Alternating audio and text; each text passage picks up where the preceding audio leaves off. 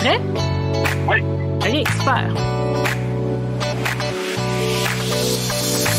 Vous voulez amener votre entreprise techno au top?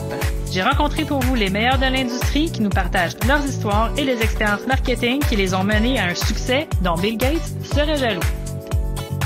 Vous êtes à l'écoute de Marketing Techno. Je suis jamais considéré comme un influenceur. Tu ne peux pas tout bâtir tout seul. Bonjour, aujourd'hui, on a avec nous Mathieu qui travaille pour la compagnie Didacte à Québec, Mathieu Dumont. Bonjour Mathieu. Bonjour. Merci d'avoir accepté l'invitation. Donc Mathieu, pour commencer, on peut peut-être juste placer un peu pour les gens qui n'ont jamais entendu parler de Didacte. Qu'est-ce que vous faites au juste?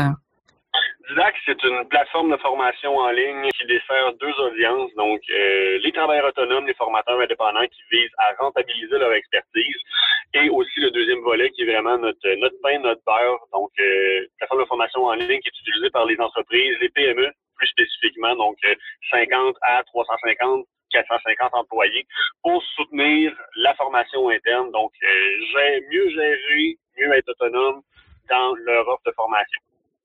Puis, donc, l'équipe à Québec a développé de A à Z la plateforme.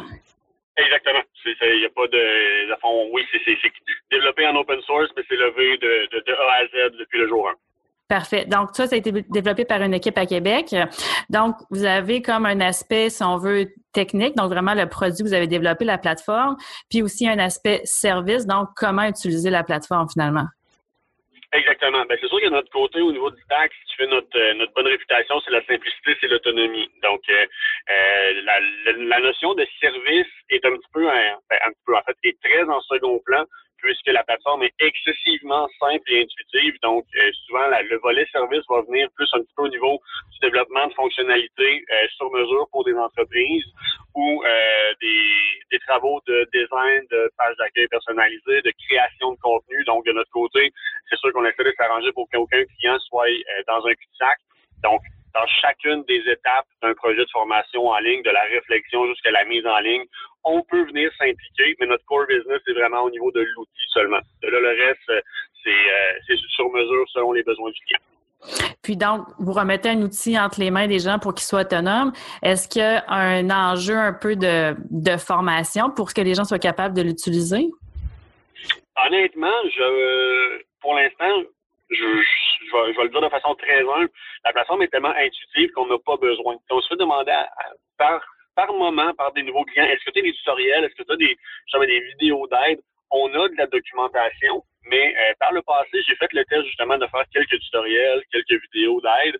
Puis ce que je me suis rendu compte, c'est que la plateforme est utilisée par tellement de clients dans tellement de contextes différents que c'est excessivement difficile de faire une vidéo qui va représenter toutes les possibilités ou les opportunités que la plateforme peut amener. Donc maintenant, ce que j'aime mieux faire, c'est justement faire seulement la documentation technique sur les fonctionnalités. Bon, mais pour faire ça, voici du blog A dans B, puis ça va fonctionner. Mais pour tout ce qui est le reste, souvent les personnes justement vont vouloir à ce qu'on leur explique comment utiliser la plateforme et les fonctions spécifiquement par rapport à leur projet. Donc, j'aime mieux prendre un peu de temps pour le ramener, sans dire qu'on fait de la stratégie d'affaires en même temps. Ça revient quasiment à ça, justement, pour les amener à dire, bon, mais c'est pas parce que tu peux faire une inscription manuelle, voici sur le plan technique comment ça se fait, que dans ton cas, toi, tu peux l'utiliser de d'autres façons, même si une fonction n'est pas nécessairement développée dans une intention A, tu peux l'utiliser dans l'optique B aussi, là. OK. Donc, un peu votre idée, c'est de développer un outil tellement simple à utiliser que de base, tout le monde peut se lancer.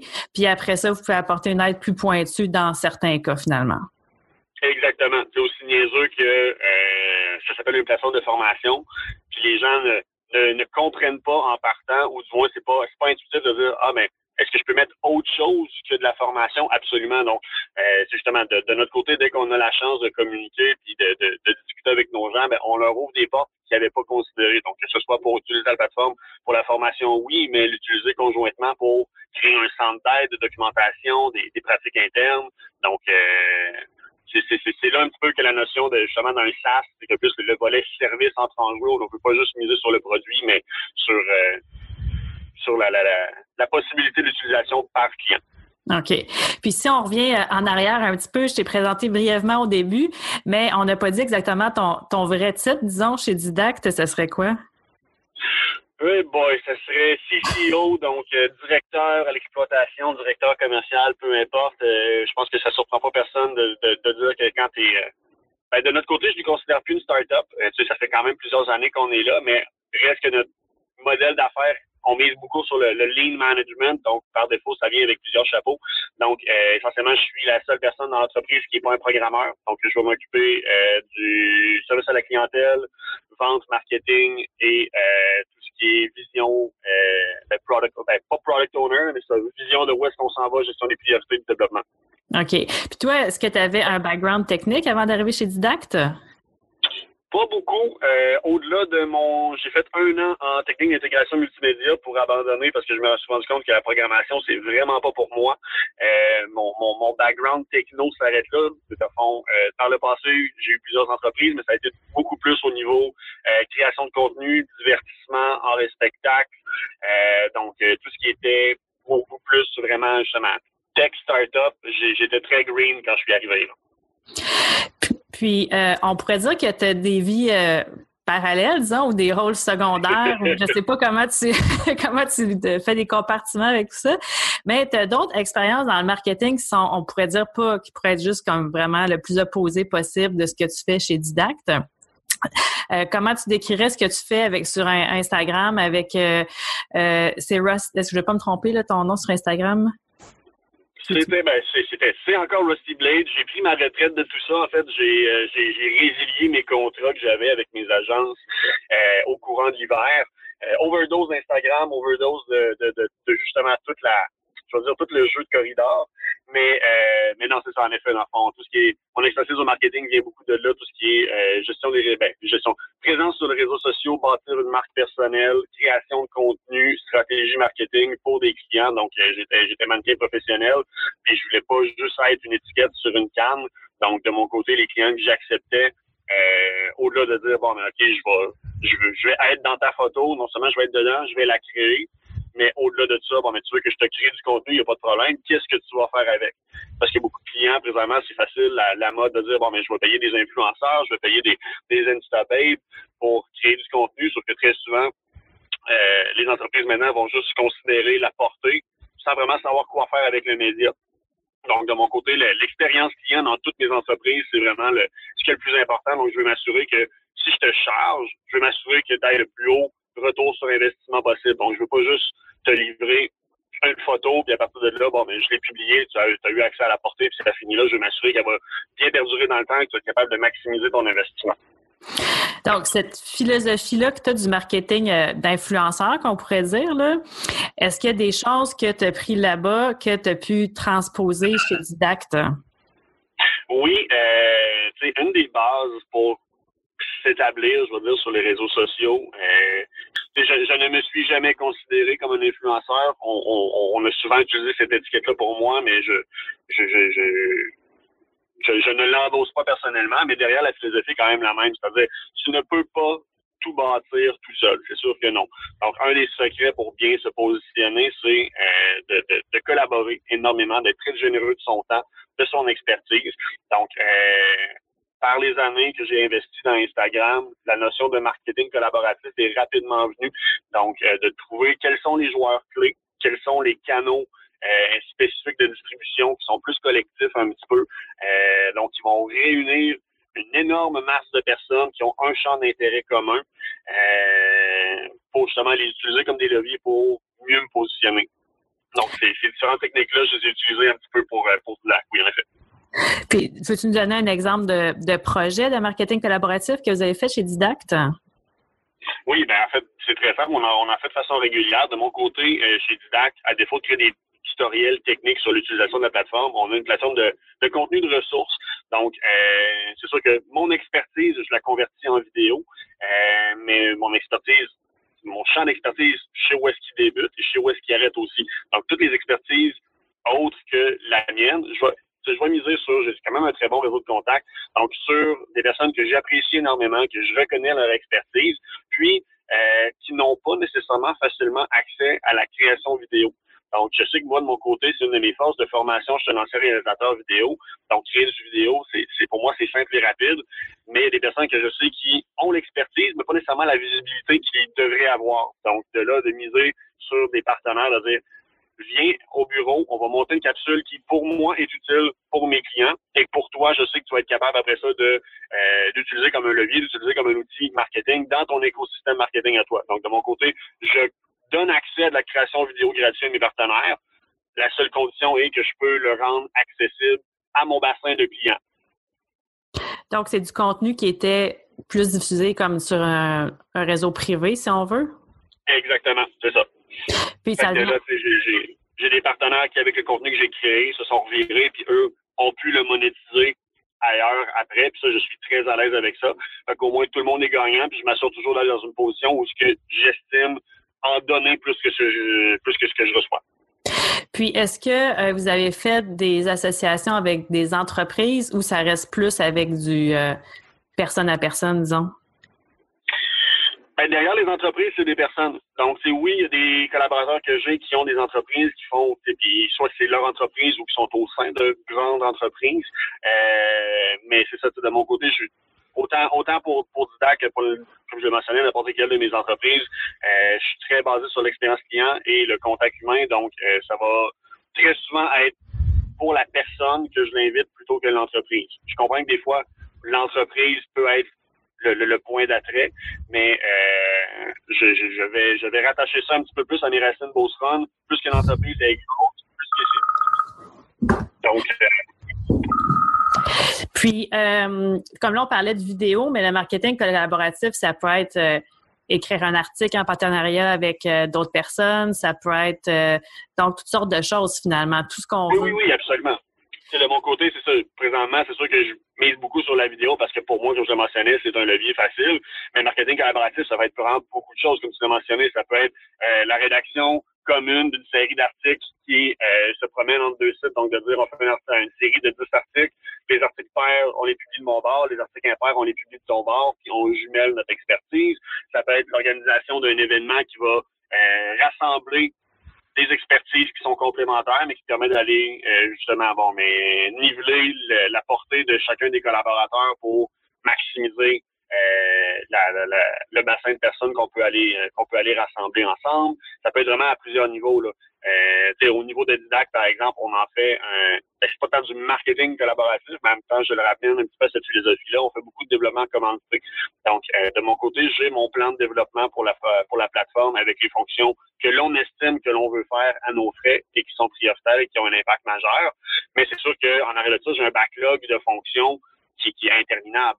Mais c'est quand même des fonctions que j'ai estimées qui sont à valeur ajoutée pour la plateforme, mais que j'ai pas assez de demandes pour justifier la priorisation. Si un client me dit, moi, j'ai un budget pour ça, mais ce qu'on va faire, c'est qu'on va faire un partage des coûts. Jamais que je vais charger 100% d'une facture comme ça parce que je sais que je vais la rendre disponible à tous mes autres clients. Donc, de là, pour le participant, lui, il sait que, il a besoin d'une fonction A qui, normalement, coûterait 10 000 $. Là, pour 5 000 $, je la priorise, je lui mets. Puis à partir de là, lui, s'il me dit, il n'y a pas de problème, j'accepte cette portion-là. Moi, si ça a été demandé par plus qu'une personne, je vais contacter ces personnes-là pour leur dire, récemment, il y a une opportunité, tu m'as signifié ton intérêt. J'ai quelqu'un qui veut le payer, peu importe. Mais on pourrait regarder pour faire un partage des coûts, pour prioriser, ou sinon ajouter quelque chose. Fait que souvent, tu as une fonction de, mettons, 10 000 $, il y a 5 000 $ qui va être couvert, puis je suis capable de réduire ça à peu près à une contribution de 1 500 $ par personne, par business qui est intéressé. Fait qu'on facilite énormément l'accessibilité aux fonctions, puis en même temps, tout en réduisant le risque financier. Puis à mon côté, ça amène une valeur ajoutée, ça continue d'aider à la croissance de la business à très faible coût. Donc, en fait, ce que tu viens de nous donner là, c'est comme un exemple un peu de développement collaboratif. Exact. C'est dans cet même esprit-là, finalement, qu'on peut envisager le marketing au lieu d'être plus juste comme chercher à diffuser notre message, de voir comment on peut aller créer des alliances puis en profiter gagnant-gagnant pour rejoindre finalement. Est-ce que quand tu fais du développement collaboratif, du marketing, est-ce que tu regardes pour qu'il y ait un fit au niveau de l'audience avec les partenaires que tu vas avoir, donc des gens qui veulent rejoindre le même type de clientèle? C'est sûr que oui, mais en même temps, je veux dire, si on n'a pas la même audience, si nos audiences sont très, très loin, j'ai de la misère à croire qu'il va y avoir un fit d'expertise qui va être si pertinent que ça. Donc, c'est sûr que faut qu'il y ait un croisement au niveau des audiences et des champs d'intérêt, mais je me baserai pas exclusivement là-dessus. Tu sais, moi, de mon côté, c'est pas d'aller ça pourrait être un sujet de discussion tout autre. Mon objectif avec ça n'est pas d'aller nécessairement chercher plus de portée, c'est vraiment d'amener plus de valeur à mes clients actuels. Donc, tu sais, dans le marketing de SaaS ou d'application, peu importe, une des erreurs qui fait que plusieurs startups ne t'offront pas la run, c'est qu'on essaie de faire en même temps énormément d'acquisitions par le marketing, mais en même temps, on essaie de lever une application avec beaucoup de fonctions très rapidement. Tu ne peux pas te battre sur ces deux fronts-là en même temps. Donc, si tu as la chance, de mon côté, moi, je sais que je serais pas capable de le gérer, puis ça ne me tente pas, mais si tu es une entreprise qui est financée par un venture capital à coût de millions, là, tu as les budgets pour, oui, t'étaler à plusieurs places, mais en même temps, ça fait que tu dois rentrer de l'argent aussi très rapidement pour te rentabiliser. De notre côté, disant qu'on va vraiment à l'opposé de ça. On ne doit pas d'argent à personne. On mise beaucoup sur le lentement et sûrement. De notre côté, la notion de les calculs de coût d'acquisition, tout ça, oui, c'est sûr qu'on reste sensibilisé à ça, on les regarde, mais la seule variable sur laquelle moi j'observe, c'est mon taux de rétention. On a un taux de rétention de plus de 95%. Donc, je sais que ma croissance est plus lente, mais du moment que j'ai quelqu'un, je sais qu'il reste à très long terme. Donc, c'est beaucoup plus simple pour moi de bâtir ma business comme ça, sur une base solide, puis après ça, de faire des calls raisonnés que plutôt que juste... Bon, mais je sais que j'ai beaucoup de demandes pour une fonction, pour ajouter, mettons, de l'affiliation. Je vais mettre beaucoup d'argent pour lever la fonctionnalité. Dans 2 ans, cette fonctionnalité-là, bon, mais c'est plus à la mode marketing. Puis les personnes qui sont venues, ben c'est une fonction que tu peux retrouver ailleurs, puis sont reparties parce que justement, tu as mis tellement de focus marketing et de développement là-dessus que ta rentabilité est difficile à aller chercher. Parce que justement, si tu amènes tes gens simplement sur la base des fonctions, je serais très curieux de voir la quantité d'entreprises qui sont capables de dire cette fonction-là, il y a juste nous qui l'a. Donc, si tu vends des fonctions, tu es destiné à constamment être en mode acquisition assez agressive parce que les gens vont avoir de la misère à comprendre pourquoi ils restent pour toi. De notre côté, les gens viennent pour la plateforme et restent pour le service. Ils restent pour la proximité. Donc, c'est ça. Donc, juste revenir sur une chose, peut-être que ça fait quelques fois qu'on dit le mot SaaS. Il y a peut-être des gens qui écoutent qui savent pas c'est quoi un modèle SaaS. Est-ce que tu peux juste rapidement dire qu'est-ce que c'est? Oui, en fond, c'est que plutôt qu'anciennement, on achetait des logiciels et tout, ça venait sur un CD, tu l'achetais, tu l'avais accès à vie. Maintenant, dans le fond, c'est des logiciels qui vont être plus sur location, des software as a service. Donc, de là, ça permet une plus grande flexibilité. Ça permet aussi que le logiciel sur lequel tu investis, tu as toujours, il s'optimise, il se met à jour, il se bonifie au fil du temps également. Tu n'es pas barré dans une version pendant plusieurs années. Donc, c'est un petit peu un modèle différent qui va être beaucoup plus basé sur justement la notion de récurrence de clients, de vente de licences, d'abonnement mensuel, annuel. Donc, un modèle d'affaires un petit peu plus flexible et un petit peu plus justement accessible pour les personnes qui démarrent. Donc, les gens, ils payent par mois ou des fois, il y a des forfaits par année, mais d'où l'importance de focusser sur la rétention parce que tu veux qu'il reste plus qu'un mois, sinon ça servira à rien. Puis ce qui est intéressant, c'est que tu disais que finalement, souvent les gens qui essaient de faire le marketing d'un produit technologique vont focusser beaucoup sur les caractéristiques, les specs, comme on dit, du produit. Mais finalement, toi, tu dis que c'est un peu une erreur parce que ça va être difficile de se différencier de ce côté-là. Ben oui, puis c'est sûr, ça dépend toujours du niveau de technicalité de ton application et son utilité. Mais tu sais, moi, une philosophie que j'ai depuis très, très, très longtemps, c'est pas parce que je te donne un marteau que tu sais bâtir une maison. Donc, malheureusement, je vois encore beaucoup de SaaS business pousser leur business comme un outil, comme un produit. Mais tu sais, il y a une raison pour laquelle on appelle ça un SaaS service, un software as a service, pas un software as a product. Donc, de notre côté, on mise beaucoup sur, OK, oui, je vais donner l'outil, mais je vais te donner accès à du contenu. Je vais passer du temps avec toi pour t'expliquer comment bien l'utiliser. Et je sais que ça demande plus de temps, ce qui fait que tu as moins de temps pour, tu sais, de notre côté, on ne vise pas à exploser d'un matin notre bassin de clients. La pire chose qui pourrait nous arriver, c'est de devenir un unicorn puis que tout le monde va l'embarquer sur du deck en même temps. Parce que ça amène un trop gros stress financier puis la gestion de la croissance, c'est la meilleure façon de tuer ta business si tu ne fais pas comme du monde. Donc, de notre côté, on comme je mentionnais, lentement mais sûrement, on est mois record sur mois record. les personnes qui restent. Au final, le fait que justement tu as un beau taux de récurrence, c'est que ça devient exponentiel. À long terme, c'est ça qui est payant. À long terme, exactement, c'est ça qui est payant, là.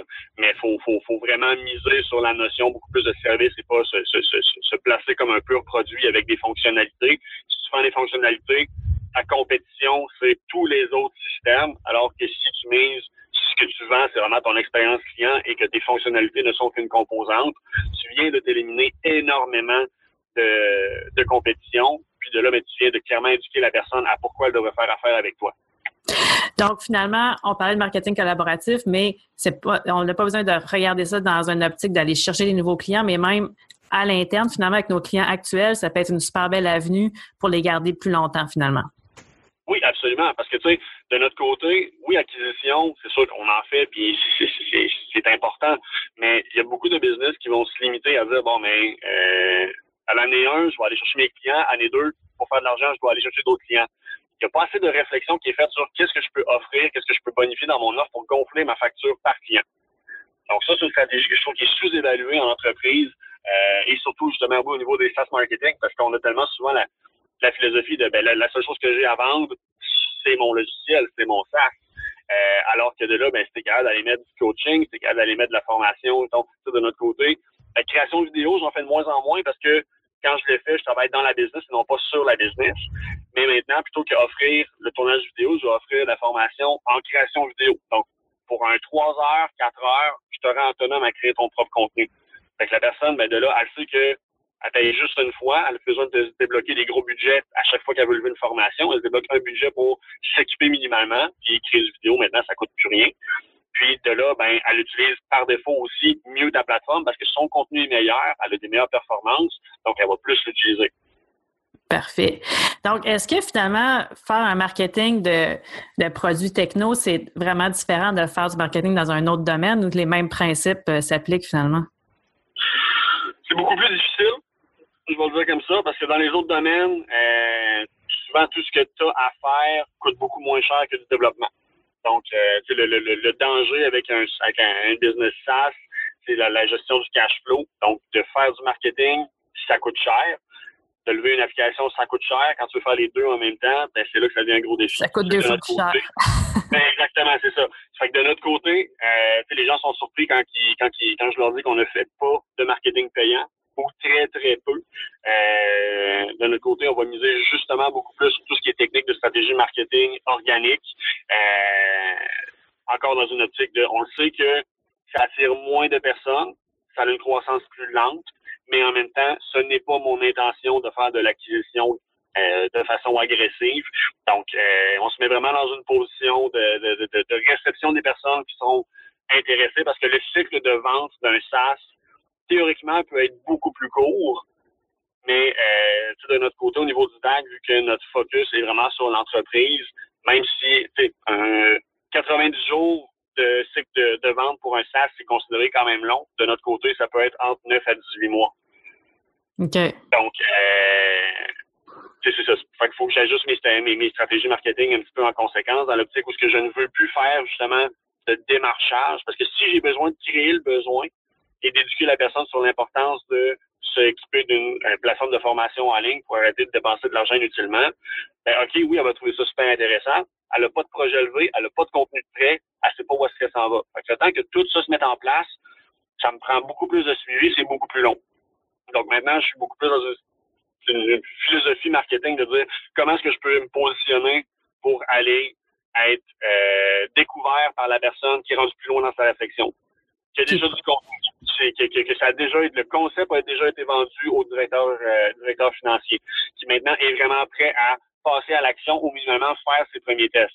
Donc, de mon côté, d'être capable de réduire mon cycle de vente à 6 à 8 mois, c'est déjà un très gros gain, même si c'est perçu traditionnellement comme un cycle de vente hyper long pour les SaaS business en général. OK.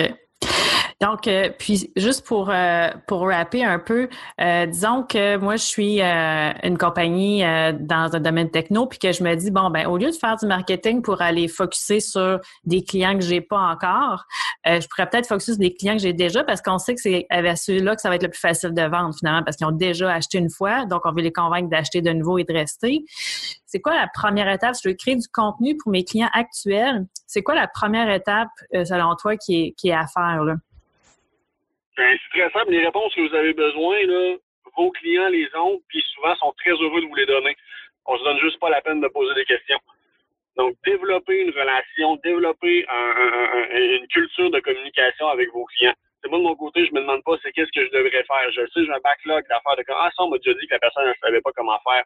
Ça l'intéresse. Ça, elle l'a essayé, puis ça n'a pas full marché.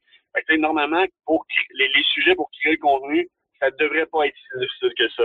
Sinon, un autre truc que je vous donne, impliquez vos clients dans votre succès. Vos clients, vos bons clients, on veut pas des clients, on veut des ambassadeurs.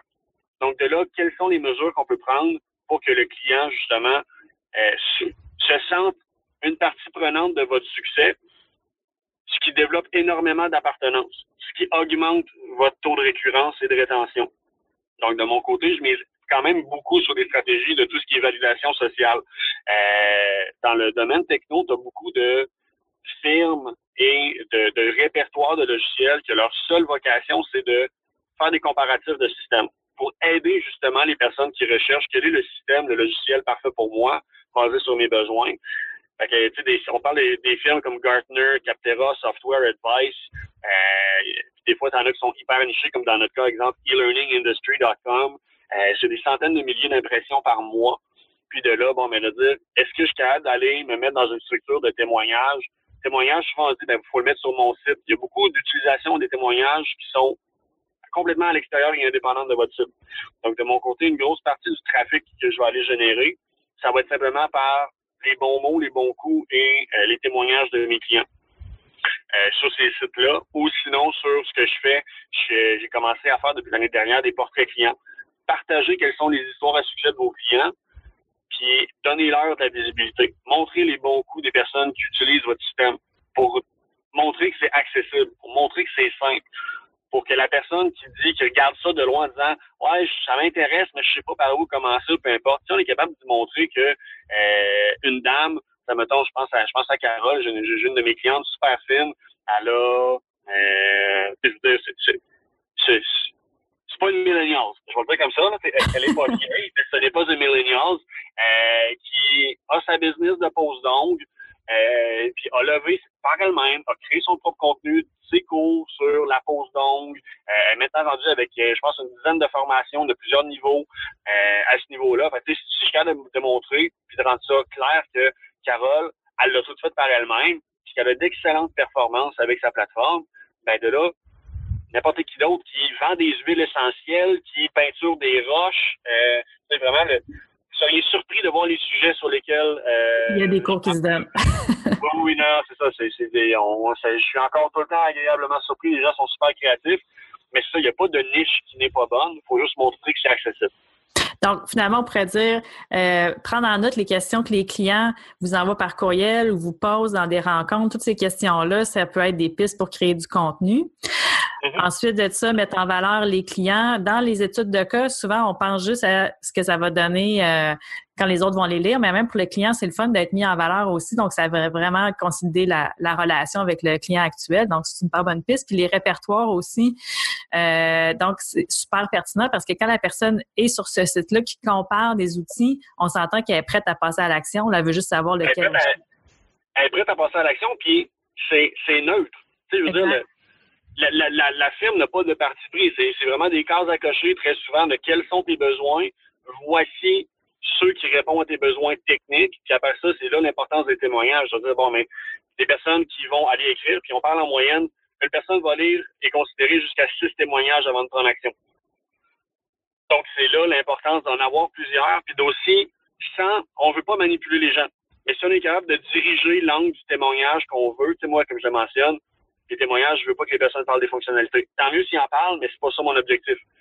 Moi, je veux m'assurer que les personnes, tu sais, mais j'ai même pas besoin de le demander. Les personnes sont tellement genre, ça fait partie de notre ADN de business, mais ce qui se souvient le plus souvent, là, c'est l'accessibilité à l'équipe, l'écoute et la disponibilité, la facilité d'utilisation, pas juste au niveau des fonctionnalités, mais en général. Fait que, c'est de montrer, mais au-delà de juste un outil, quelles sont toutes les composantes non techniques qu'une personne peut mettre de l'avant pour dire justement, oui, ça me fait, parce que ça existe. Tu as des outils qui sont hyper bons, hyper performants, mais tu te fais chier à les utiliser. Fait qu'est-ce qu'on veut? On veut-tu des bonnes fonctionnalités ou bien on veut une qualité de vie pour l'utilisation d'un outil? Des fois, ça vaut la peine de prendre un outil qui est 20% moins bon, mais qui est beaucoup plus facile à utiliser, beaucoup plus rapide à implanter. Quand on n'a pas d'implantation, c'est un autre gros levier. Nos compétiteurs, ça prend des fois des mois. Donc, de voir quels sont vos leviers non techniques que vous pouvez mettre de l'avant, qui va vraiment vous différencier. Puis qui va rendre finalement que l'utilisateur va avoir un résultat finalement en utilisant votre produit. Exact. Donc, en terminant, on a passé plein de trucs intéressants, puis je vais essayer d'ajouter des notes au podcast avec évidemment les liens vers Didact, puis aussi peut-être les répertoires qu'on a mentionnés pour donner des idées aux gens qui nous écoutent. Puis, est-ce que Mathieu, il y a des ressources, que ce soit des livres, des blogs, des conférences, des personnes que tu suis qui seraient intéressantes de partager avec les autres? Je vais être très plate. Je ne lis pas et je consulte pratiquement rien. Je le sais que c'est un peu niaiseux, mais au même titre que avec mes clients mentorat d'affaires, j'essaie avant d'aller chercher une inspiration quoi que ce soit, des idées, j'en manque pas. Fait que j'aime ça faire mes tests, aller tester sur le terrain dans différents contextes plutôt que me laisser influencer. Le danger, on se mentira pas, des gourous sur Internet, maintenant t'en as beaucoup. Tout le monde prêche sa propre vérité. Tout le monde va écrire les choses pour mettre en lumière tout le monde a quelque chose à défendre. Tout le monde a un intérêt à défendre. Fait que je trouve que c'est trop facile de se faire influencer et de être, sensibilisé à 1000 techniques différentes qu'on part en peur en disant, faut que j'essaie ça, faut que j'essaie ça, alors que c'est pas applicable à notre cas. Donc, de mon côté, je suis très, très, très attentif à quelques personnes clés de mon entourage pour voir, eux, qu'est-ce qu'ils font, quelles sont leurs techniques, mais au-delà de mon CA personnel que j'appelle, est-ce que je lis des livres, est-ce que je regarde des vidéos? Non. J'entends beaucoup de bien de Neil Patel puis tout ça, mais tout le monde les connaît. La seule personne que je recommande énormément au niveau du marketing SaaS, qui est personnellement ma Bible et ma référence, s'appelle François Lantier, François Nadeau-Lantier de Snipcart. Je vous encourage à aller découvrir le blog de Snipcart et tout ce que François écrit. Il écrit pour plusieurs autres blogs collaboratifs ou quoi que ce soit. Donc, je dirais que c'est pas mal la seule personne que je vais laisser m'influencer au niveau du marketing. Le reste, c'est des tests personnels. Puis de là, justement, je découvre ma propre vérité plutôt que de me laisser influencer par celle des autres. Donc, finalement, pas hésiter à se faire confiance quand il s'agit de notre business, puis à nos clients aussi, finalement, de poser des questions à nos clients. C'est une ressource souvent qui est sous-exploitée pour faire un bon marketing. Oui, absolument. Puis, des fois, ça vaut la peine d'investir 200-300$ dans un pilote. Là, je parle pas d'une formation, j'ai cette idée-là, je sais pas ce que ça va faire. Mais je me bloque un petit budget, je vais l'essayer. Si ça marche, tant mieux. Sinon, ça m'a pas coûté cher. Mais au moins, à partir de là, j'en sors un apprentissage net. Souvent, c'est ça. Je vois beaucoup de personnes qui vont mettre énormément de budget dans des formations. Mais c'est pas parce que tu te formes que tu le mets en pratique. Donc, des fois, je pense que l'argent n'est pas tout. Là. C'est pas parce que tu as des gros budgets que tu mets à plein de places que ça vaut ça. Donc, soyez intelligent avec votre argent. Puis des fois, être intelligent veut dire accepter d'en perdre. Mais au moins, justement, je pense qu'on apprend plus vite quand on fait des erreurs et qu'on se salit les mains. Bon, super. Ça va être notre conclusion, Mathieu, pour aujourd'hui. Merci beaucoup pour ton temps. Puis, s'il y a des gens qui veulent en savoir plus, ils peuvent aller voir le site de Didact. Puis, j'ajouterai aussi ton site personnel, tes profils sur les médias sociaux. Je pense que tu es un gars super accessible. Si les gens ont des questions, évidemment, ils peuvent te contacter directement. J'ai l'air bête, je suis sauvage, mais je suis tout le temps disponible. Ça fait plaisir d'aider les gens. C'est bon. Hey, merci beaucoup, Mathieu, d'avoir été là aujourd'hui. Ça fait plaisir. Passez une belle journée. Bye-bye. Vous avez aimé ce podcast et vous en voulez plus, n'oubliez pas de vous abonner. Laissez également votre appréciation et un commentaire. D'ici là, lâchez pas la patate et comme dirait Bill Gates, don't let go the potato.